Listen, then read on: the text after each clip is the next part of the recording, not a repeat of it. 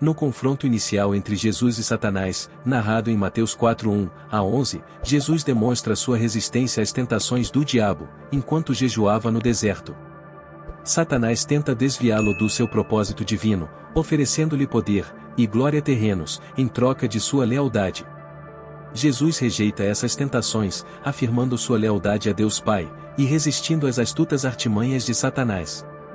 Após essa vitória, Jesus continua sua missão de confrontar o reino das trevas, manifestando sua autoridade sobre os demônios.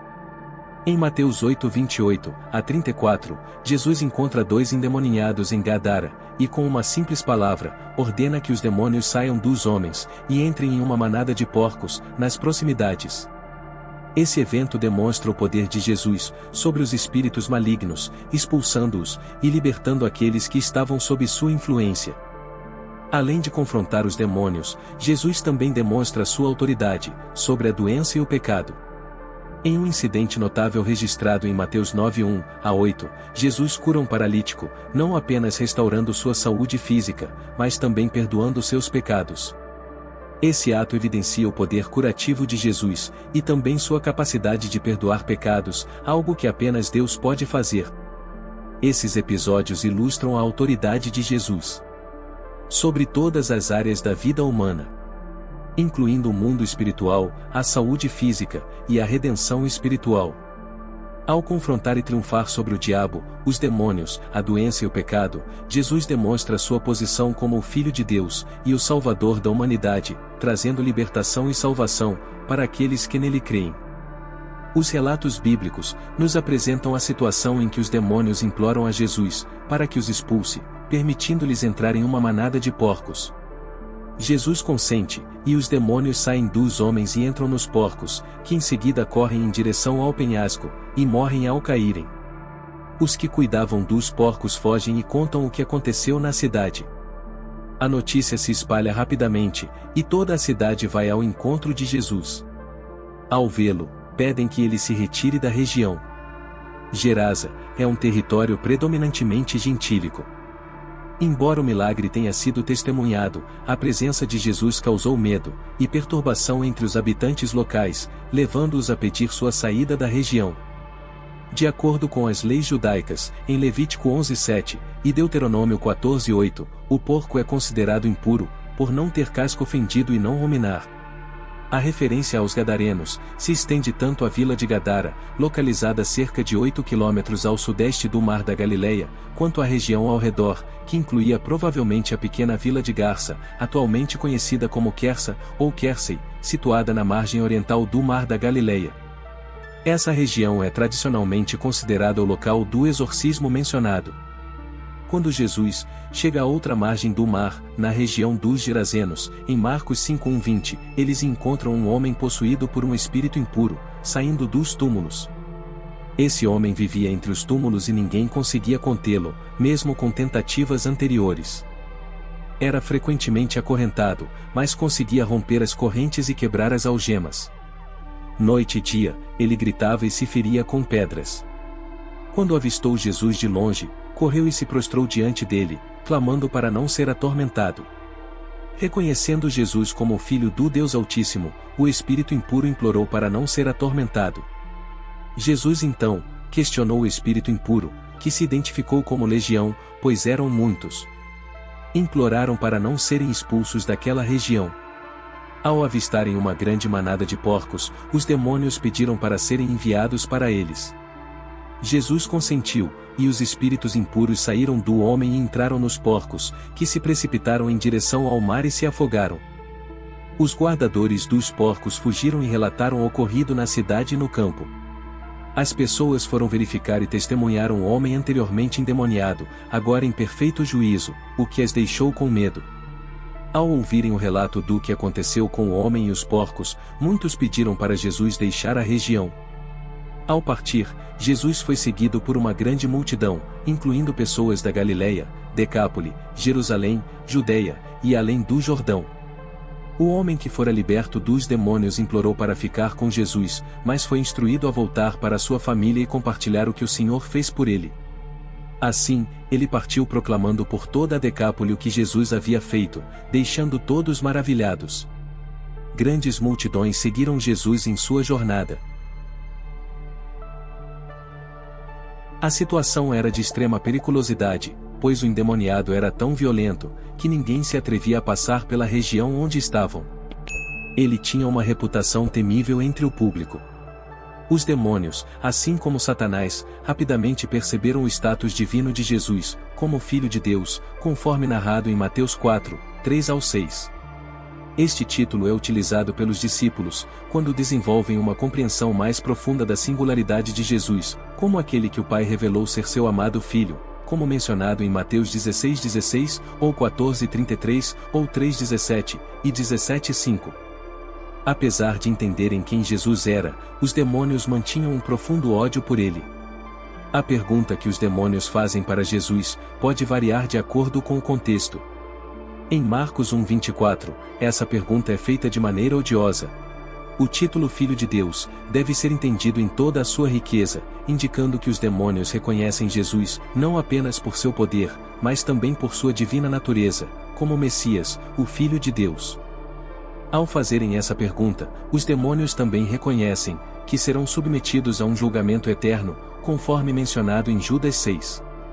Eles sabem que Jesus é aquele que executará esse julgamento, no tempo determinado, confirmando assim o significado completo do título, Filho de Deus. A limitação da atividade demoníaca por Jesus, antes do tempo determinado, indica que sua expulsão dos demônios é um sinal da aproximação do reino de Deus. Embora o julgamento final aguarde o retorno glorioso de Jesus, os demônios reconhecem a predeterminação de um tempo para esse julgamento. Eles imploram a Jesus que aceite sua proposta, e ele o faz. Quando os demônios entram na manada de porcos, estes enlouquecem e se precipitam em direção ao mar da Galileia, resultando em sua própria destruição. Essa ironia demonstra como a tentativa dos demônios de evitar o castigo eterno acabou levando à destruição de seus hospedeiros terrenos. A decisão de Jesus de aceitar a proposta dos demônios serviu aos seus objetivos, resultando na libertação dos homens da opressão demoníaca. Os porcos, de acordo com a tradição judaica, eram considerados criaturas impuras, sendo assim um emblema adequado e um refúgio seguro para os demônios. Aceitar a proposta dos demônios não alterava o destino final deles, no dia do julgamento. Jesus, portanto, aceitou a proposta dos demônios, porque eles estavam essencialmente fazendo o trabalho, que seria realizado por ele, e mais importante ainda, Jesus não estava pecando ao aceitar a sugestão deles. O encontro de Jesus com Satanás, no deserto foi completamente diferente. Se Jesus cedesse aos pedidos de Satanás, ele seria levado à desobediência. Como resultado, Jesus repreendeu Satanás com as Escrituras, e recusou-se a ceder às suas demandas. Essa é a principal distinção, entre os dois casos. O pedido dos demônios em Mateus 8, não levou Jesus ao pecado, enquanto as demandas de Satanás foram projetadas para levá-lo ao pecado. Os demônios imploraram para serem enviados à manada de porcos, o que não seria uma ideia desagradável para os judeus, já que consideravam os porcos e os demônios da mesma ordem. Jesus advertiu seus discípulos, para não lançarem pérolas aos porcos, conforme mencionado em Mateus 7,6. De acordo com Pedro, os falsos convertidos são comparados a porcos que voltam à sua natureza pagã, como em 2 Pedro 2,22.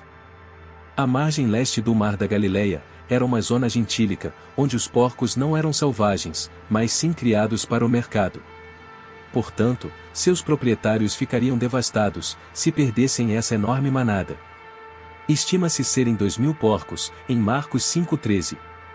A destruição dos porcos leva os gentios da região a pedirem a Jesus que se retire, como mencionado em Mateus 8,34, e também em Mateus 17,14-20. Essa reação é um triste comentário sobre a perversão dos valores, já que seria de esperar que se alegrassem com a libertação dos endemoniados.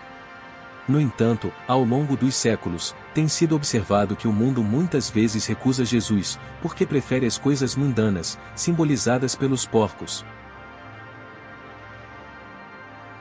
Jesus não destrói os demônios naquele momento, mas permite que o mal siga seu curso neste mundo, até o dia em que tudo será corrigido.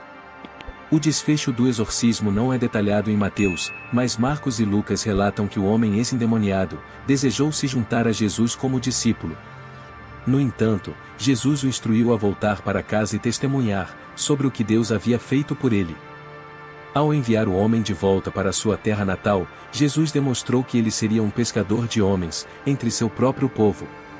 Isso sugere que, embora os discípulos fossem pescadores de peixes, este gentio agora seguidor de Jesus seria um pescador de homens. No entanto, a perda da manada de porcos acabou revelando os verdadeiros valores das pessoas daquela região, mostrando que preferiam os porcos do que o Salvador. Isso é uma reflexão triste, da prioridade que damos ao material e não ao espiritual, conforme destacado em Mateus 8,34. O versículo revela o caráter pecaminoso da humanidade. Após Jesus expulsar os demônios de 2 homens e enviá-los para uma manada de porcos, que se precipitou em direção a um despenhadeiro e se afogou no mar, os pastores contaram o ocorrido à comunidade próxima. Surpreendentemente, ao invés de celebrarem a libertação dos endemoniados, a comunidade ficou enfurecida com o Salvador. O principal problema deles era a possível queda na economia e a perda de negócios, revelando que estavam mais preocupados com seu bem-estar econômico do que com sua saúde espiritual. Quando viram Jesus se aproximando da cidade, pediram-lhe que se retirasse. Infelizmente, isso reflete um erro comum entre nós também. Acostumamo-nos a viver com o pecado e não queremos pensar em Deus removendo-o, especialmente se isso implicar na perda de prazeres ou renda. No entanto, apegar-se ao pecado é uma das coisas mais tóxicas que podemos fazer. O desfecho dessa história é significativo pois mostra mais uma vez que o ministério de Jesus não se restringe aos judeus, mas prenuncia a missão aos gentios. Além disso, mostra que a oposição a Jesus não é exclusivamente judaica, e nesse sentido, confirma que os opositores em Mateus não são eleitos com base na raça, mas de acordo com sua resposta a Jesus. A reflexão sobre nossa propensão ao pecado, e nossa resistência em permitir que Deus o remova, especialmente quando isso implica na perda de prazeres, ou renda, é profundamente fundamentada nas Escrituras. A Bíblia frequentemente aborda o conflito entre os desejos terrenos e a obediência a Deus. Jesus enfatiza a impossibilidade de servir a 2 senhores, destacando que não podemos servir tanto a Deus quanto às riquezas. Este ensinamento ressalta a ideia de que a lealdade ao pecado e a busca por ganhos materiais podem nos afastar de Deus. A história dos Gadarenos, onde as pessoas preferiram sua economia baseada em porcos do que Jesus, ilustra um padrão recorrente nas Escrituras, onde as pessoas frequentemente escolhem interesses mundanos, em detrimento do que é espiritualmente correto. O texto de Romanos 12, 1 e 2, Paulo exorta os cristãos a não se conformarem com o padrão deste mundo, mas serem transformados, pela renovação de suas mentes, para discernirem a vontade de Deus. Destaca a importância da resistência ao pecado e da transformação espiritual na vida cristã. O ministério de Jesus, que se estende aos gentios, é um tema central no Novo Testamento. Efésios 2, 11 a 18 discute como Cristo removeu a barreira entre judeus e gentios, criando um novo povo em si mesmo. Essa inclusão dos gentios na promessa de salvação reflete a universalidade do amor e da misericórdia de Deus. A salvação de Jesus não se baseia em etnia ou origem cultural, mas na disposição do coração em responder a Ele. A narrativa em Mateus também mostra que a salvação de Cristo transcende barreiras raciais e culturais. Em Atos dos Apóstolos, vemos o Evangelho se espalhando além das fronteiras judaicas, alcançando diversas culturas e povos. Por exemplo, em Atos 10, Pedro tem uma visão que o leva a entender que o Evangelho é para todos, não apenas para os judeus. A mensagem de Jesus chama todas as pessoas, independentemente de sua origem, a se arrependerem e se voltarem para Deus. Portanto, o episódio dos Gadarenos e as lições subsequentes destacam um princípio-chave do cristianismo. A salvação e a verdade de Deus estão abertas a todos. O verdadeiro obstáculo é a relutância humana em abandonar o pecado e seguir a Cristo. Essa verdade desafia os seguidores de Cristo a alinharem suas vidas, prioridades e lealdades com os ensinamentos e o exemplo de Jesus. Se você também tem uma experiência para compartilhar ou deseja saber mais sobre esse assunto, fique à vontade para comentar e se inscrever no canal para assistir outros vídeos. Deus te abençoe.